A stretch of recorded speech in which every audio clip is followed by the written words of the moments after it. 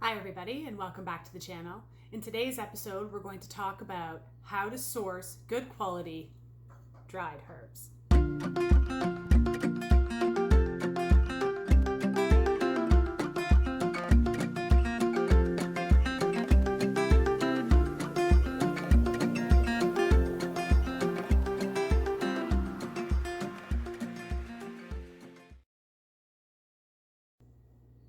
So the topic for this video came in as a Patreon request from one of my very first Patreons, Michelle. So Michelle, if you're watching this, thank you so very much for your support over the last few months. It's been absolutely amazing. And this is a really great question because not everybody is able to get out and forage for herbs, and not everybody is able to grow herbs in large enough quantities that you would have the dried herb material that you need.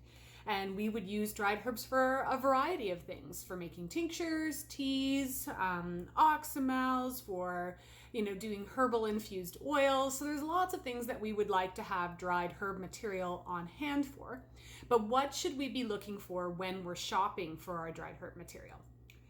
And so I'm going to give you some tips and tricks. Some of them are, if you're in person going to a natural health food store, what to look for while you're there. And then at the end of the video, I'm definitely going to suggest some of my favorite herb suppliers. I'm located in Ontario, Canada, so some of them will be small businesses and others will be larger. So if you are from elsewhere, I'll make sure that I suggest a few herb suppliers below. So one of the first things I always tell my students in this case is to do exactly what our parents told us not to do. We need to judge a book by its cover. We need to, using our senses, assess the quality of the herb material that is in front of us. So of course, this is something that you can only do if, say, you're buying from a natural health food store. Many natural health food stores will have herb material in bulk, and this could be an excellent option for you, especially if you're looking to buy smaller quantities. If you don't want a pound of stinging nettle, there's not a lot of people who would go through a pound of stinging nettle. A natural health food store would be a great option for you. But some of them are small and their herbs can go stale. So what am I looking for, right? What am I looking for? So one of the first things you're going to look for is color. Properly dried quality herbs should be almost identical in color as their live plant counterparts. So peppermint, stinging nettle, they should be a vibrant green color. If they are brown and dull and sad looking, the herbs have gone stale. So that's a really good indicator. First, look at color. Second, I want you, if you are able to do this, to smell the plant material. So I've got some peppermint in front of me here, and it's hard to see on the camera again because of the glare, but it is like a nice green color. And then when I open it up, there's no mistaking it. There's no mistaking it at all. If I open this up and I can't smell that this is peppermint, then it has gone stale. It is no longer high quality herb material. The volatile oils have basically all evaporated off at this point. Things like nettle and mullein are going to smell earthy and pungent. Valerian will have a very pungent smell, lavender. So color, smell. These are really, really great indicators of herb quality. Another one, of course, is taste. Now, this is something that we can't do until we have our herb material at home.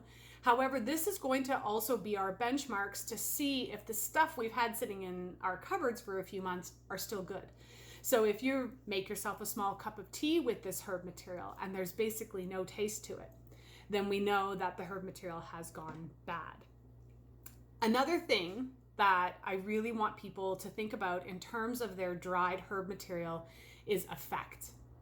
If the herbs that you are using are not having the intended effect that you think that they should. So for example, you have an upset tummy and I'll use peppermint again as an example, you've made peppermint tea.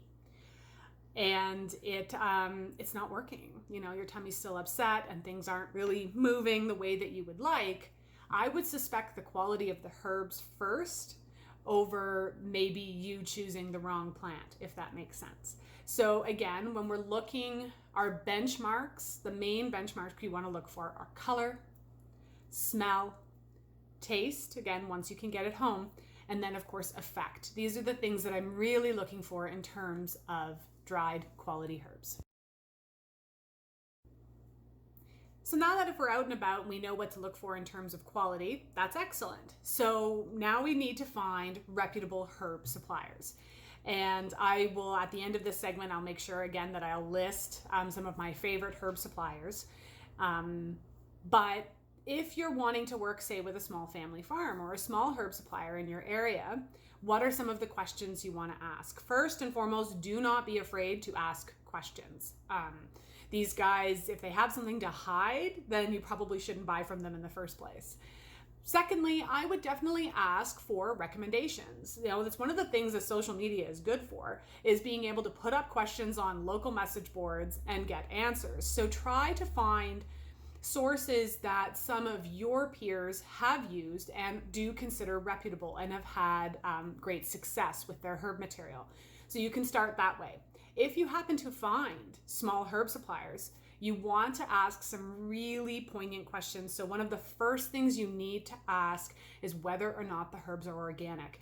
There is this incorrect preconceived notion that because we're dealing with herbs, and herbs are nature-based and, kind of have this reputation of being sort of a hippie medicine, that companies are not using chemicals. And this is far from the truth. The herb business, either in terms of herbal practitioners, tinctures, dried herbs, is a multi-million-dollar business, and it is growing every single year. And as someone who actually studied business in university, I know that bottom line counts for everything. And so many herb growers are using chemicals, pesticides, they're fumigating their herbs, and they're doing this to ensure the highest yield crops possible, right? So you really want to ask whether or not the herbs have been exposed to any chemicals, any sprays, and ensure that you're asking whether they have been fumigated after they've been harvested. This is really important too. And herbs that sometimes cross the border are also irradiated, meaning that they've been exposed to X-rays. So other really great questions to ask. And so again, if a company isn't being forthcoming about this information, that's a red flag to me right away. So I really wanted to talk to you about these types of things, and to know to look for organic. It really is worth the extra cost. Something else I want to mention too is when you're looking at tea bag tea. If you're buying herbs that are in tea bags, always do your best to try to find tea bags that are sealed with a staple.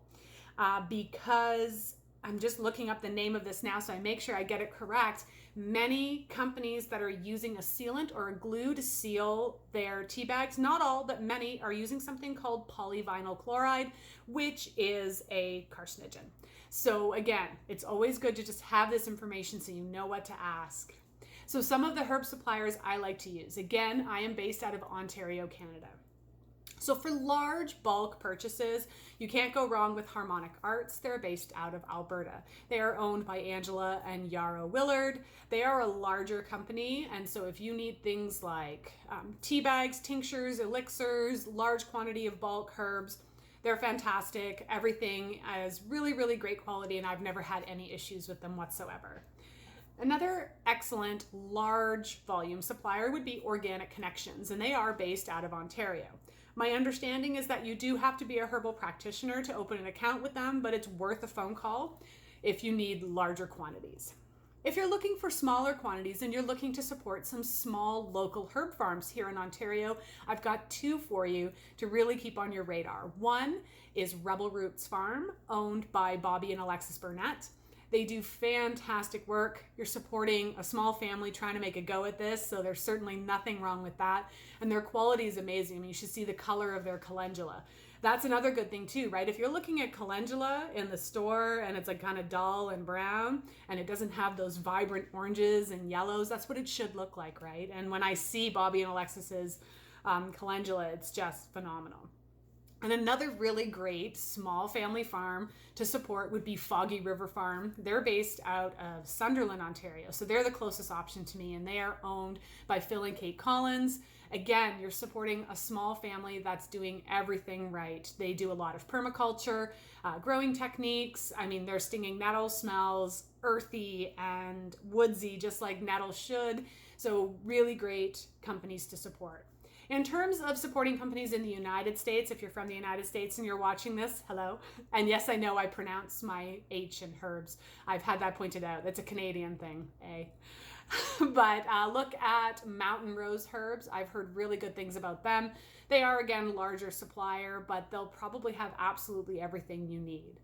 So hopefully those are a good list for you. I'm going to give you some tips in the next segment about how to store your herbs to make sure that they are lasting for as long as they possibly can. So in this last segment, we're going to talk about how to store your dried herb material so you can get the longest shelf life out of your herbs as possible. So first, I'm going to give you some basic rules of thumb in terms of parts of plants and how long generally they keep for. So the more fragile parts of plants, which would be considered leaves and flowers, tend to last about a year if stored properly. That being said, if your peppermint after 6 months is brown and dull and sad looking, it might be time to compost it. These are just a general rule of thumb. Parts of the plant that are a little bit more woody, things like twigs, barks, berries, and roots, have a longer shelf life, usually about 2 to 3 years. So, if stored properly. Keep in mind those benchmarks I mentioned in the first segment. What were they? They were color, smell, taste, and effect. If the herbs you have in storage pass those 4 benchmarks, keep them. No need to compost them. But if they fail any one of those, it may be time to, like I said, put them in the compost. So how do we store our herbs to ensure that we get the longest shelf life possible? There are 4 things that tend to accelerate the shelf life, meaning that they negatively impact it, and that would be air, heat, moisture, and light. So in terms of heat, we really don't want to be storing our dried herbs right above our stove or in an area like right beside my wood stove. Would not be a great place to store herbs. Heat, exposing herbs to heat is going to oxidize them faster, and they're just going to go stale and lose their potency. In terms of air, we really want to try and store our herbs in glass, paper bags, and plastic. Oxygen gets through. And the more they're exposed to air, the faster they're going to go stale on you. And they, of course, are going to oxidize because they're exposed to oxygen. So glass is your best bet. In terms of moisture, this is most important if you're drying your own herbs. You really want to make sure you've got every last drop of moisture out of your herb material, because moisture in herbs is going to cause them to go moldy. And if you're using a glass container that has kind of like a styrofoam or cardboard insert on the lid, you would be wise to remove that, because that's a perfect area for moisture to get trapped in. Mason jars, of course, have metal lids, so there's no worry about any moisture getting in there. And the last one would be light. So for me, I can't meet all of these criteria, but I go through my dried herbs really quickly. Mine are stored in my kitchen, so they are exposed to light and they are in clear glass. In a perfect world, I'd have them all in amber glass bottles, but we're not quite there yet. But like I said, I go through them quickly. If you are only going to be using them occasionally, you just want to store them in a cupboard or maybe in your basement, as long as it's not too damp down there, in an area where they're not exposed to a large amount of light. And this is natural light as well as, artificial light in terms of light bulbs. So these are my kind of tips and tricks on how to store your herbs to ensure you get the longest shelf life possible and that you're buying the best quality herbs that you possibly can.